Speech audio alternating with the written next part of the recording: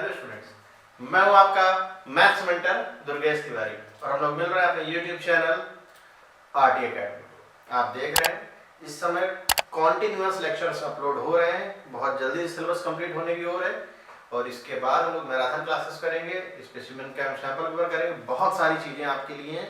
Session 22-23 में जितना sufficient syllabus है, रिड्यूस्ड सिलेबस है, इस चैनल में केवल उतना ही पढ़ाया जा रहा है। सारे जितनी भी फैकल्टी आप देख रहे हैं वेल क्वालिफाइड हैं और पूरे कोर सब्जेक्ट जो है आपके फिजिक्स, केमिस्ट्री, बायोलॉजी स्टूडेंट्स के लिए बायोलॉजी और मैथ्स में करा ही रहा हूँ आपको। सारे लेक्चर्स कंटिन्यूअस आ रहे हैं, बस आपको ध्यान क्या रखना है, अटेंटिव रहना है कि आपको पूरी प्लेलिस्ट बनी हुई है, जो भी प्रीवियस लेक्चर्स उनको एक बार रिवाइज करना है, कंटिन्यू देखते रहना है। पुराने जितने भी कॉन्सेप्ट है एक बार रिवाइज कर लें एग्जाम से पहले। एग्जाम तो अब आने ही वाले, बहुत ज़्यादा टाइम नहीं बचा हुआ। हम लोग भी लगे हुए हैं, नए नए क्वेश्चन आपके लिए आने वाले हैं। सिलेबस जैसे ही कंप्लीट हो जाएगा आपको हम लोग स्पेसिमेन भी क्वेश्चन कराएंगे, कुछ अपनी तरफ से भी नए क्वेश्चन लेकर के आएंगे जो सेशन 22-23 के लिए बहुत ज़्यादा स्पेशल है। और आज हम लोग फंक्शन स्टार्ट करने जा रहे हैं। फंक्शन बिल्कुल कंप्लीट होने पर ही है, रिलेशन के 2 लेक्चर्स हो गए थे, जितना भी सफिशिएंट था वो सब कुछ मैंने करा दिया था। आज बारी है चैप्टर फंक्शन के। रिलेशन फंक्शन एक साथ ही आते हैं, बाइनरी ऑपरेशन नहीं है तो वो हम लोग नहीं करेंगे, अभी रेडियो सिलेबस का पार्ट नहीं है। और आज बारी लेक्चर नंबर 1 की। तो चलिए हम लोग इस आज के सेशन को स्टार्ट कर लेते हैं, टाइम नहीं ज़्यादा इसमें वेस्ट करते हैं। तो देखिए सबसे पहले आ रहा है फंक्शन। फंक्शन होता क्या है ये भी तो पता होना चाहिए। अच्छा, रिलेशन के बाद ही फंक्शन क्यों आता है ये भी तो बात है। तो मैं एक चीज़ ये बता दूँ, जितने भी फंक्शन हैं डेफिनेटली वो रिलेशन होंगे ही होंगे, लेकिन जितने भी रिलेशन हैं ये जरूरी नहीं कि वो फंक्शन हो। तो पहले इसकी डेफिनेशन समझिएगा। Late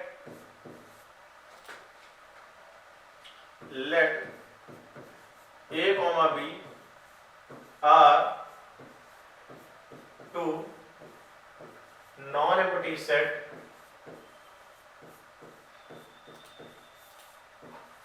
let a, b are two non-empty set, then a map from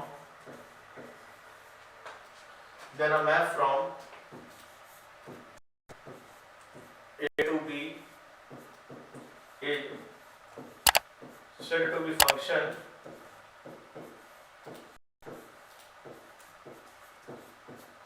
then a map from A to B is said to be function if every element of A, if every element of A have a unique image in B.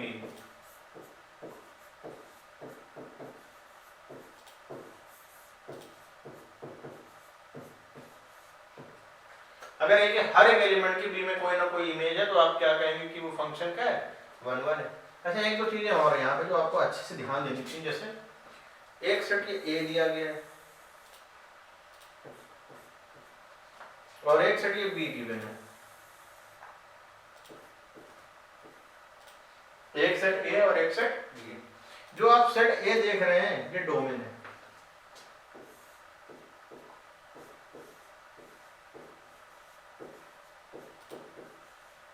जो set ए देख रहे हैं आप ये क्या है, domain. और इस पूरे सेट को हम लोग कहते हैं कोडोमेन।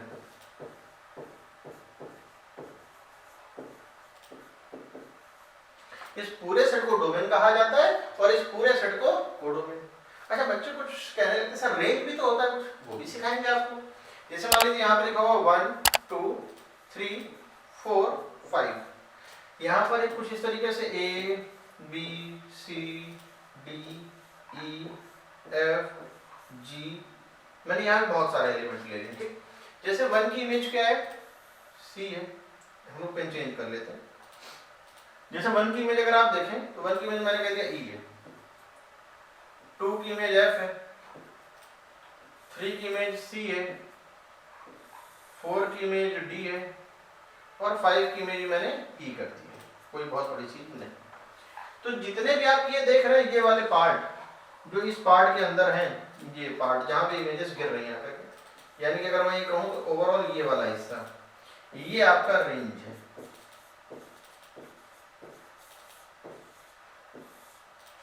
रेंज जो है हमेशा, जो कोडोमेन आप देख पा रहे हैं, रेंज हमेशा कोडोमेन का सबसेट रहता है। यानी कि मैं ये कह सकता हूं कि रेंज या तो इक्वल होगा कोडोमेन के या तो सबसेट होगा, तो दोनों ही बातें हैं। तो रेंज आपका जो है या तो कोडोमेन के बराबर होगा या तो फिर क्या हो जाएगा, सबसेट हो जाएगा। इस चीज पे आपको ध्यान देना है।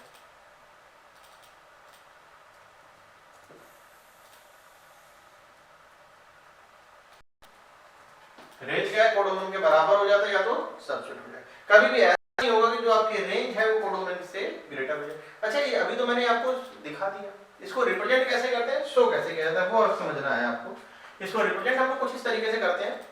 f एक फंक्शन है सच दैट जो a से b में डिफाइन है, जहां पर क्या है आपके लिए डोमेन जो कि ये लिखा हुआ है और b है आपके लिए कोडोमेन में लिख दे रहा हूं।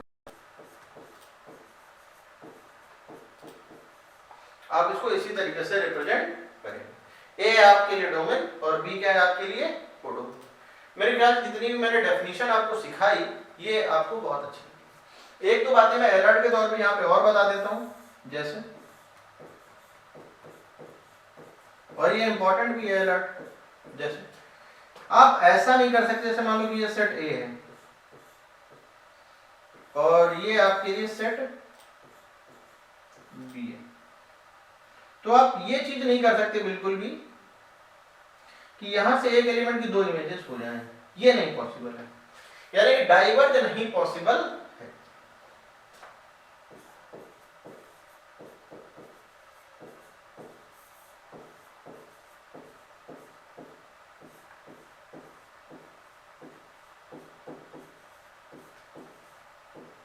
डाइवर्ज नॉट पॉसिबल, ठीक है, यानी कि एक एलिमेंट से दो इमेजेस नहीं हो सकती।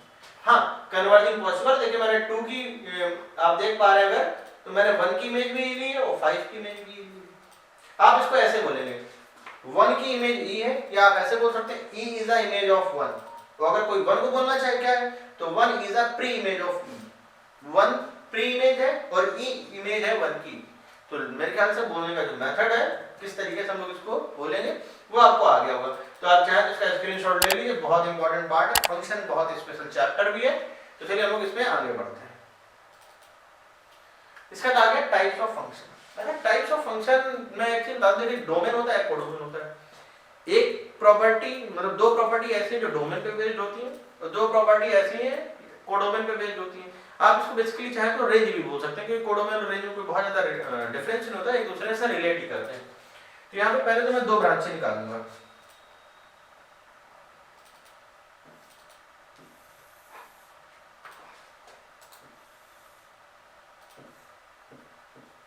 यहां से दो बातें निकल के आएंगी हमारी।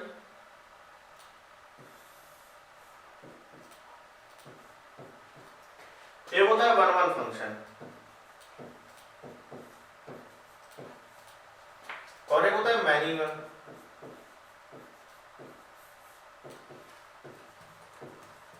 एक 1-1 होता है और एक मैनी। एक चीज और, 1-1 का एक नेम और भी होता है जो कि होता है इंजेक्टिव।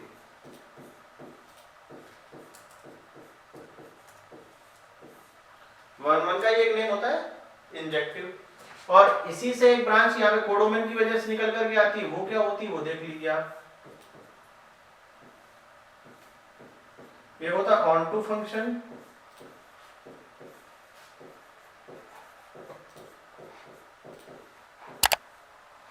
और एक होता है एन टू फंक्शन।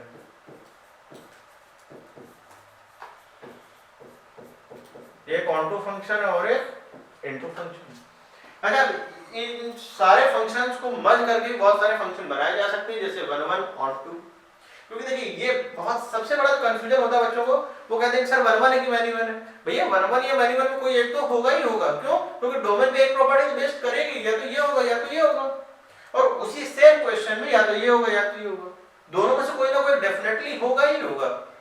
मतलब इस तरीके से अगर हम देखें तो किसी एक फंक्शन में 4 टॉपिक होते हैं। क्या? जैसे 1-1 onto, 1-1 into, many one onto, many one into, यानी कि ओवरऑल इस तरीके से आप 4 बनाते हैं। अब इनको हम लोग अलग अलग तरीके से सॉल्व करके देख लेते हैं कैसे करवाएंगे। मैंने सबको कंसीडर किया है, जितने भी 4 पार्ट है इनको बहुत अच्छे से हम लोग डिस्कस करें, क्योंकि इसके बिना काम नहीं चल रहा है। तो देखिए सबसे पहले आ चुका आपके पास वन वन फंक्शन, इसको दिख ही दिया आपको। अच्छा वन वन फंक्शन का मतलब होता है, पहले मैं आपको इसको एक फिगर के थ्रू समझा देता हूँ। इसको बोलते हैं हम लोग क्लास 11 में जब करते थे तो इसको बोलते थे रिलेशन एरो डायग्राम। ये बी है, जैसे यहां पर है 1 2 3 4 ए बी सी डी और ई, जैसे इमेज के लिए हम लोग बदल लेते हैं, फिर ग्रीन कलर कर लिया। जैसे 1 की इमेज मैंने कहा सी है, 2 की इमेज ए है, 3 की इमेज बी है, 4 की इमेज डी है। मतलब एक की एक इमेज है। अगर एक एलिमेंट की एक इमेज है तो हम लोग उसको क्या कहते हैं, वन वन कहते हैं। और इसी कंपैरिजन में अगर हम बात करें वन वन मैनी वन की, तो मैनी वन को कैसे करेंगे देखिएगा ध्यान से। ये एक सेट ए है और एक सेट ये बी है। जैसे मान लीजिए आपके पास इधर एलिमेंट है 1 2 3 4 और इधर है आपके पास A B C D and E. अब अगर हम बात मैनी वन की कर रहे हैं तो जैसे 1 की इमेज सी है, 2 की इमेज डी है, 3 की इमेज ए है, 4 की इमेज भी मैंने कर दी जाकर के डी। ठीक, यानी कि दो एलिमेंट की अगर एक इमेज है तो वो मैनी वन है, या इसको मैनी टू वन भी बोला जाता है, इसको वन टू वन बोलते हैं। कुछ डेफिनेशन में हम लोग फोकस कर लेते हैं जो कि इंपॉर्टेंट है। यहां पर हम लोग क्या कहेंगे इसको, आप इस तरीके से समझिए, if every element of a या domain have single image, आप चाहे तो इसको यूनिक भी कह दें,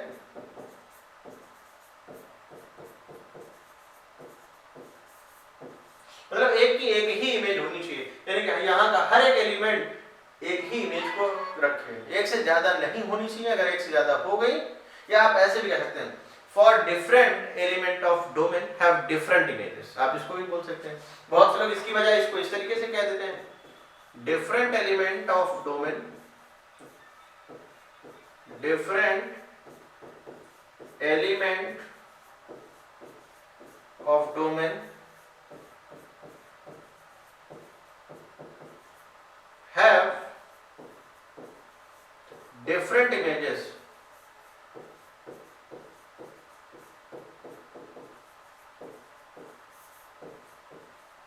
different element of domain have different images। मतलब अब यहाँ के जो अलग अलग एलिमेंट हैं यहाँ पर अलग अलग इमेज बना रहे हैं, तो इससे भी क्या क्लियर हो जाता है कि वो वन वन फंक्शन है। इसको चेक कैसे करते हैं, चेक करने के यहाँ पर टू मेथड है। एक तो आप ये कहें कि हमने कहा कि दो एलिमेंट है x1 और x2 जो कि सेम नहीं है, तो अगर ये दो एलिमेंट सेम नहीं है तो इनकी इमेजेस भी सेम नहीं है।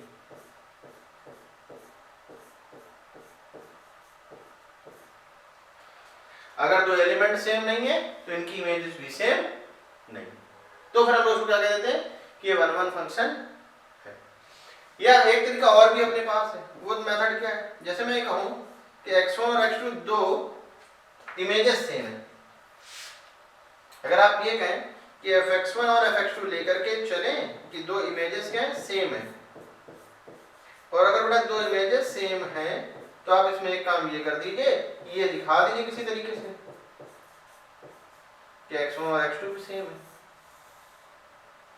यानी कि fx1 और fx2 दो एलिमेंट आपके अगर सेम है तो उनकी इमेजेस भी क्या है, सेम। तो उससे भी ये क्लियर हो जाएगा कि ये क्या है, वन वन फंक्शन है। तो मेरे ख्याल से आपको इतनी डिटेल सफिशिएंट है ये प्रूफ करने के लिए कि ये फंक्शन वन वन है कि नहीं। और बाकी मैं वन वन के लिए पिछली स्लाइड में बता ही चुका हूँ, वन वन का एक नेम और होता है इंजेक्टिव। मैंने इस लास्ट स्लाइड में शायद आपको ऑनटू का एक नेम नहीं बताया, ऑनटू का भी एक नेम होता है सर्जेक्टिव, वो भी मैं लिख दे रहा हूं। ये ऑनटू का एक नेम होता है सर्जेक्टिव। अब हम लोग इसको कंप्लीट कर लेते हैं मैन्युअल। अच्छा, यहाँ पे ऐसा एक सीन है कि कम से कम दो एलिमेंट डोमेन में ऐसे जरूर होने चाहिए जिनकी एक ही इमेज हो।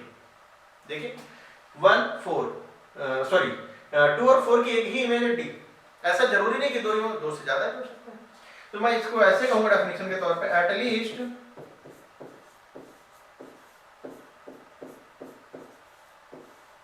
To element in domain, at least two element in domain which have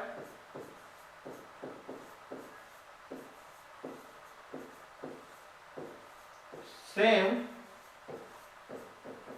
images. At least two element in domain which have same image. कम से कम यहाँ दो एलिमेंट ऐसे जरूर होने चाहिए डोमेन में जिनकी एक ही इमेज हो। अगर ऐसा है तो इससे ये डिसाइड हो जाएगा कि वो फंक्शन कैसा है, मैनीवन है। अच्छा, इसको भी चेक करने का तरीका ये है, बात यहाँ पर भी वही चीज जैसे मैंने और करके डेफिनेशन लिख लिया, आप ये भी कह सकते हैं कि different element of domain have same image. मतलब यहाँ पे कई सारे अलग अलग एलिमेंट, जैसे 1 की इमेज C है, 2 की इमेज D है, 4 की इमेज भी D है, यानी कि 2 और 4 तो अलग अलग एलिमेंट है, यानी कि different element have same image. आप इसको इस तरीके से भी लिख सकते हैं, डिफरेंट एलिमेंट हैव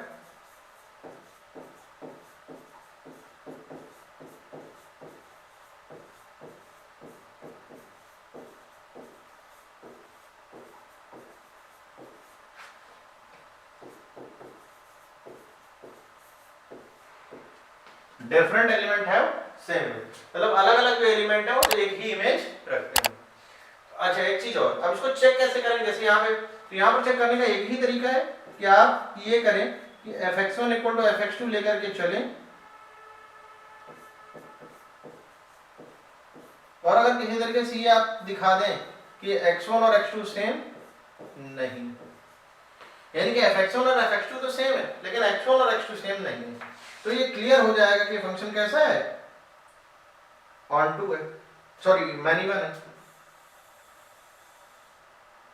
इस तरीके से आप इसको शो कर लेंगे, यानी कि fx1 और fx2 तो सेम नहीं है, ये सेम है लेकिन इमेजेस सेम नहीं, यानी कि देखिए ये 1 और 4 की 2 और 4 की बात कर रहा है, यहाँ पर केवल d की बात कर रहा है, एलिमेंट तो अलग अलग है लेकिन इमेज सेम है। तो इस मेथड से चेक कर सकते हैं, ये चेक करने के लिए मेथड है जो मैंने लिख रखा है, और यहाँ पर जो मेथड है ये भी चेक करने के लिए, चेक करने वाला पार्ट ये है हमारा। तो मेरे ख्याल से ये समझ में आ गया होगा, तो आप इसका चाहे तो स्क्रीनशॉट ले लीजिए, बाकी हम लोग आते हैं नेक्स्ट पार्ट पे अपने। अच्छा, ये आ गया ऑन टू फंक्शन। भैया ऑन टू फंक्शन क्या होता है, ये दोनों जैसे जो प्रीवियस थे 1 1 और मैनीवन, ये दोनों डोमेन पे बेस्ड होते हैं, और बाद में अगर इनटू की या ऑन टू की, ये दोनों हमारे डिपेंड करते हैं डोमेन पे, सॉरी कोडोमेन पे या रेंज पे। देखिए यहाँ पर क्या है,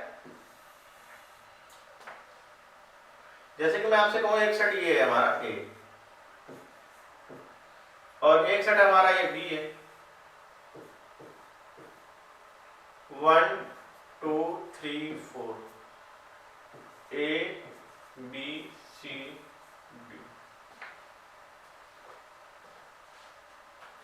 अब देखिए बेटा, मान लो यहाँ पे मैंने 5 भी ले लिया, 5 भी ले लेते हैं, थोड़ा अच्छा लगेगा, मैं जो बताना चाह रहा हूँ वो क्लियर हो जाएगा। अगर B में एक भी एलिमेंट ना बचे, मतलब हर एक एलिमेंट किसी ना किसी एलिमेंट की जरूर इमेज होना चाहिए, जैसे 1 की इमेज C हो गया, इसकी इमेज ये आ गई, इसकी इमेज ये हो गई, इसकी इमेज भी यही है, 4 की इमेज C कर दी। यानी कि अगर मैं फॉर्मूले के हिसाब से कहूँ तो मैं ये कह सकता हूँ कि रेंज और codomain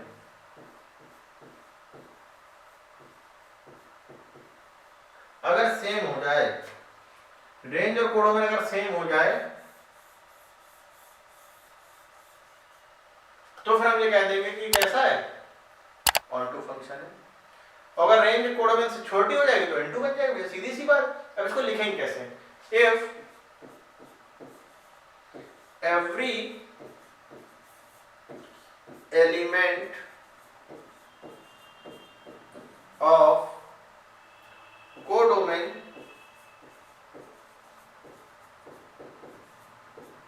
is a image of at least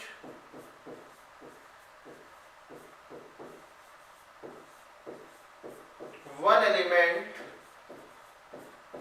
of domain।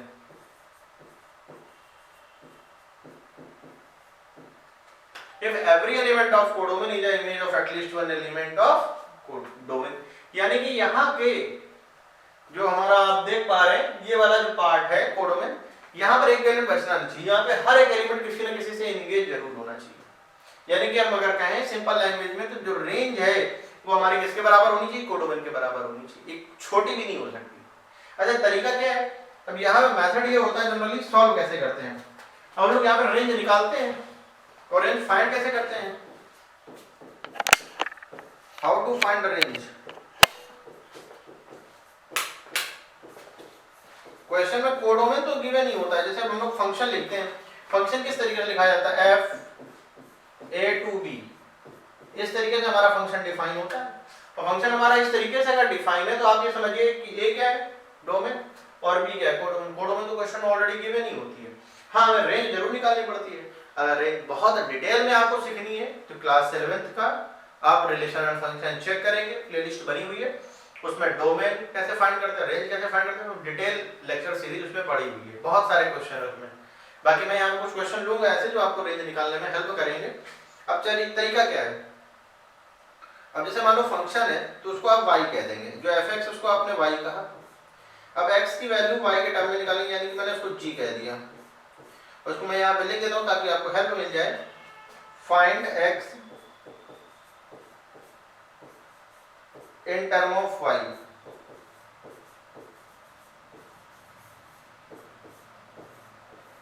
हम लोग x निकालेंगे तो y के टर्म में, और ये जो है फिर इसको ट्रीट करेंगे,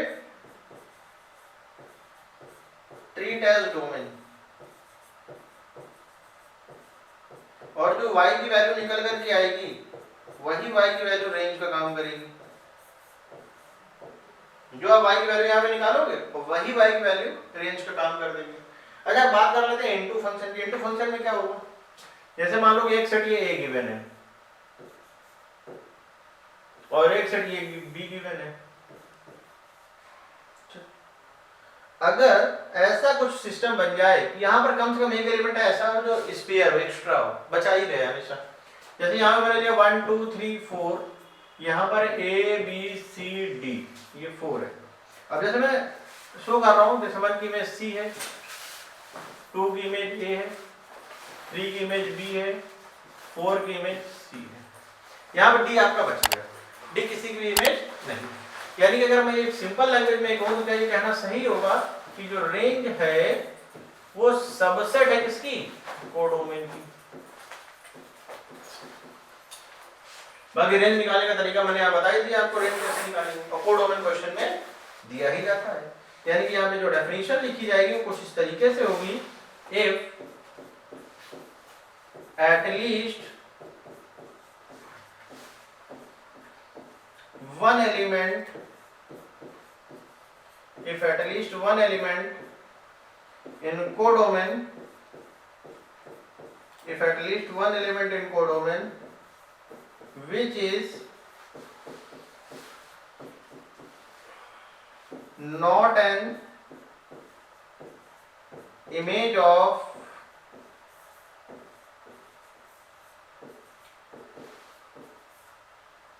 any element of domain,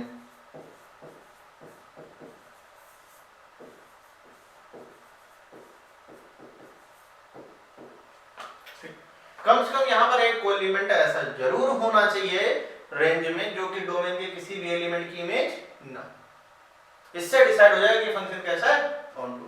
तो इन 4 डिटेल को मैंने बता दिया है। तो इसके बाद लास्ट में आता है 1-1 करेस्पॉन्डेंस, सबसे इंपॉर्टेंट है, इसी की वजह से इनवर्स एग्जिस्ट करेगा। अगर कोई फंक्शन 1-1 ऑन टू है तभी उस फंक्शन में इनवर्स एग्जिस्टेंस होगा, अगर कोई फंक्शन 1-1 ऑन टू नहीं है तो फिर उस केस में इनवर्स एग्जिस्ट नहीं करेगा। अच्छा 1-1 ऑन टू होता क्या है, इसका एक नेम और भी होता है 1-1 करेस्पॉन्डेंस का, इसको हम लोग कुछ इस तरीके से कहते हैं 1 करेस्पॉन्डेंस को 1-1 ऑन टू, पहली चीज तो ये कहते हैं। और इसी का एक नेम और होता है जो हम लोग बहुत ज्यादा यूज करते हैं, बाइजेक्टिव।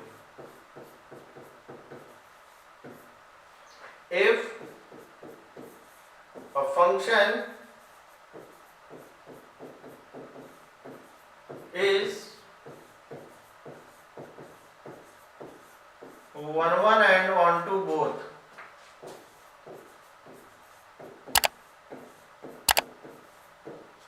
अगर कोई फंक्शन वन वन और ऑन टू दोनों है तो हम ये कहेंगे कि ये कैसा है, वन वन फंक्शन है, one one onto bijective है। और कोई फंक्शन जब वन वन ऑन टू होता है तभी उसका इनवर्स एग्जिस्ट करता है। तो मैंने आपको पूरी डिटेल दे दी है जिस तरीके से करना है। अब बारी आती है क्वेश्चंस की, क्वेश्चन कैसे सॉल्व करते हैं। तो मैंने क्वेश्चन भी लिए हुए हैं, ऐसा नहीं कि केवल थ्योरी है, आज के सेशन में क्वेश्चन भी है। तो आते हैं क्वेश्चन पे। जैसे फर्स्ट क्वेश्चन ही दिख गया, एफ एक फंक्शन में यहां लिख देता हूं, वहां अच्छा नहीं लग रहा उस जगह, उसको हटा देते हैं। एफ एक फंक्शन है जो कि ए से बी में डिफाइंड है कुछ इस तरीके से। तो हमको बताना है कि फंक्शन कैसा है, बाइजेक्टिव है। अच्छा, बाइजेक्टिव का मतलब ये है कि हमें दिखाना है एक तरीके से फंक्शन वन वन भी है और ऑन टू के दोनों के तरीके बता दिए। अब देखिए ये हमारे लिए डोमेन है और ये हमारे लिए कोडोमेन है। रेंज मत कह देना गलती से, रेंज निकालनी पड़ती है, कोडोमेन दिया जाता है। हाँ, कुछ क्वेश्चन में अगर लिख दिया जाए तो एक अलग बात है, तो आप सीधे कह दो कि वन टू, क्योंकि कोडोमेन की जगह तो रेंज लिखा ही गया है। अब देखिए पहले बात कर लेते हैं वन वन की। वन वन कैसे प्रूव होगा। ठीक है, वन वन प्रूव करने के लिए जो मेथड है वो ये है कि आप fx1 इक्वल टू fx2 लेकर के चले और ये दिखा दें कि x1 और x2 इक्वल है। तो fx1 क्या आ जाएगा, x1 minus 1 upon x1 minus 2। जहां जहां x है वहां हमने x1 कर दिया। यहां पर हो जाएगा x2 minus 1 whole upon x2 minus 2, cross multiply करें, x1 x2 minus x2 minus 2x1 plus 2 equal to x1 x2 minus x1 minus 2x2 plus 2। 2 से 2 कैंसिल, x1 x2 से x1 x2 कैंसिल। इधर ले आए तो ये आ जाएगा हमारे लिए x1 और x2 बराबर हो जाएंगे। x1 और x2 क्या हो जाएंगे, इक्वल। अगर x1 x2 इक्वल है इसका मतलब ये डिसाइड होगा कि ये फंक्शन कैसा है आपका, वन वन है। इससे ये तय होगा कि फंक्शन क्या है, वन वन है। अच्छा, अगर आपको ये भी दिखाना है कि ऑन टू है तो इसके लिए रेंज की नीड आपको डेफिनेटली पड़ने वाली है। तो रेंज निकालने का तरीका भी सीख लेते हैं हम लोग। तो हम लोग करते हैं क्या है, रेंज के लिए फॉर ऑन टू यहां लिखते हैं। सबसे पहले जहां fx लिखा उसको y लिख देते हैं।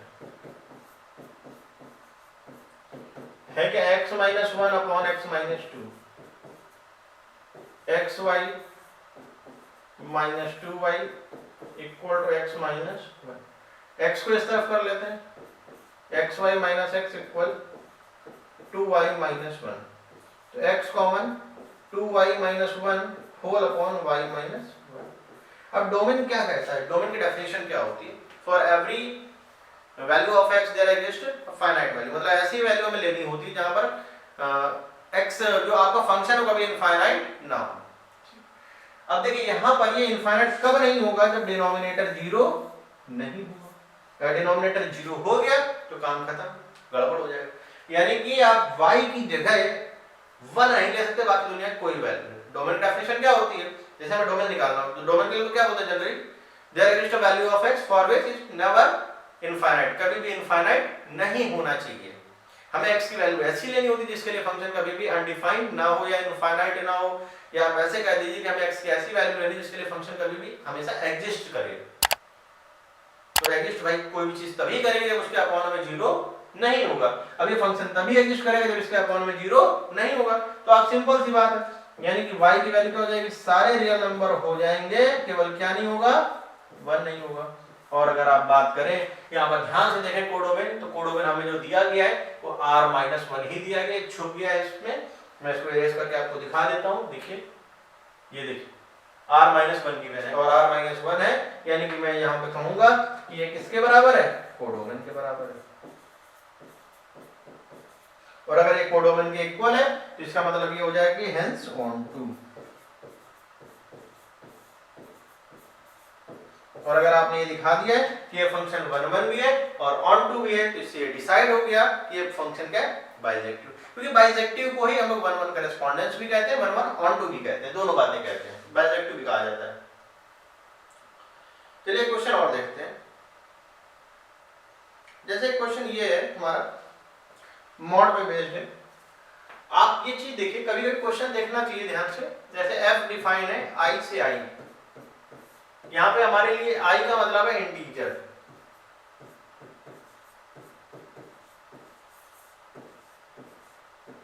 अब बात करें हम लोग जैसे 1 1 की, तो देखिए कोई चीज अगर किसी को आपको डिस्प्रूव करना है, यहाँ पे क्या हो गया कि नाइदर 1 1 है नॉर ऑन टू है, ना तो ये 1 1 है ना ये ऑन टू है। अब जैसे यहाँ पे बात करें, अगर आप ध्यान से देखें, अगर मैं आपसे कहूँ f माइनस 1 की वैल्यू बताओ, क्योंकि यहाँ इंटीजर लिखा है, पॉजिटिव इंटीजर नहीं लिखा है। पॉजिटिव इंटीजर होता तो ये हो जाता, अगर केवल इंटीजर लिखा है जैसे माइनस 1 ये भी इंटीजर है, तो इसकी वैल्यू क्या आएगी 1। अच्छा f(1) की अगर मैं बात करूं मॉड में 1 यानी कि आप ये देखिए कि f(-1) इक्वल टू f(1), यानी कि दो एलिमेंट की सेम ही इमेज है। दो एलिमेंट के भाई -1 भी और 1 भी, दोनों कहां पे जा रहे हैं 1, तो ये क्या हो गया marigold. There are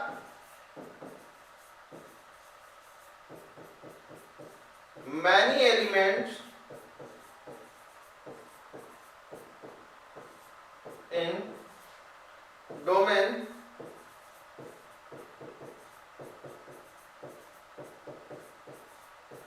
which have